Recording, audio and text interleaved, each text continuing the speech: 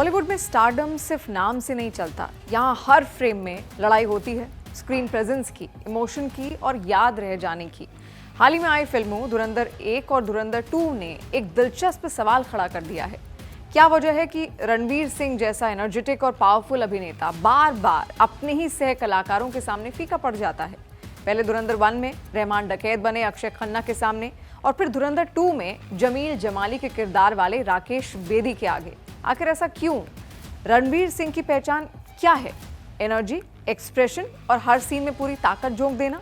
लेकिन कई बार यही ताकत कमजोरी बन जाती है।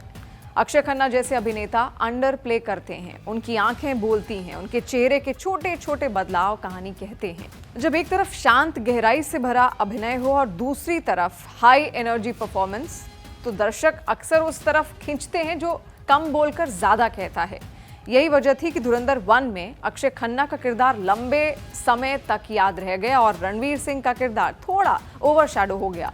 हर अभिनेता अच्छा होता है, लेकिन हर अभिनेता सीन चुराने वाला नहीं होता। राकेश बेदी भले ही कॉमेडी के लिए जाने जाते हैं, लेकिन उनके पास एक खास टाइमिंग है।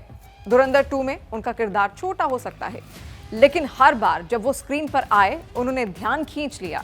कॉमेडी और रियलिस्टिक एक्टिंग में एक ताकत होती है, वो सीधे दिल तक पहुंचती है। रणवीर सिंह का किरदार शायद ज्यादा बड़ा था, लेकिन राकेश बेदी का किरदार ज्यादा रिलेटेबल था। कई बार समस्या अभिनेता में नहीं, स्क्रिप्ट में होती है। धुरंधर सीरीज में देखा गया कि सपोर्टिंग कैरेक्टर्स को ज्यादा परतें दी गई हैं, जबकि रणवीर सिंह का किरदार सीधा और प्रिडिक्टेबल रहा। अक्षय खन्ना का किरदार ग्रे शेड्स, ट्विस्ट और गहराई से भरा दिखा। राकेश बेदी का किरदार ह्यूमन, इमोशनल और यादगार डायलॉग्स का। जब एक किरदार के पास लेयर्स हो तो वो अपने आप ही लाइमलाइट खींच लेता है। रणवीर सिंह का एक और पहलू है उनकी पब्लिक इमेज, उनकी हर जगह मौजूदगी, इवेंट्स, एड्स, सोशल मीडिया। जब दर्शक आपको हर जगह देखते हैं तो स्क्रीन पर आपका कोई नयापन या फिर फ्रेशनेस कम हो जाती है। उसके उलट अक्षय खन्ना कम दिखते हैं और राकेश बेदी लंबे समय बाद बड़े रोल में नजर आए। कम दिखने वाले कलाकार ज्यादा असर छोड़ते हैं। एक फिल्म सिर्फ एक्टिंग नहीं होती, ये डायरेक्टर का विजन भी होता है। अगर कैमरा किसी खास किरदार पर ज्यादा ठहरता है, अगर उसके डायलॉग्स को ज्यादा वजन दिया जाता है, तो दर्शक का ध्यान वहीं जाएगा।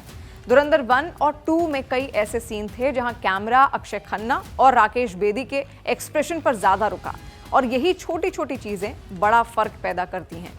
रणवीर सिंह से दर्शकों की उम्मीदें बहुत ज्यादा हैं। हर फिल्म में उनसे कुछ अलग चाहिए, लेकिन जब किरदार इतना मजबूत नहीं होता तो वही उम्मीदें उनके खिलाफ चली जाती हैं। और दूसरी तरफ अक्षय खन्ना और राकेश बेदी से दर्शकों को सरप्राइज मिलता है, और वही सरप्राइज उन्हें लाइमलाइट में ले आता है।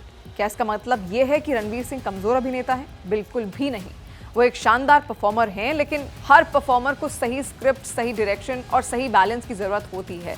बॉलीवुड में लाइमलाइट हमेशा स्थायी नहीं होती, कभी कोई आगे कभी कोई पीछे रहता ही है। धुरंधर सीरीज से पता चलता है कि कभी कभी छोटे रोल बड़े असर छोड़ जाते हैं, और बड़े सितारे अगर सही किरदार ना मिले तो वो भी भीड़ में खो सकते हैं।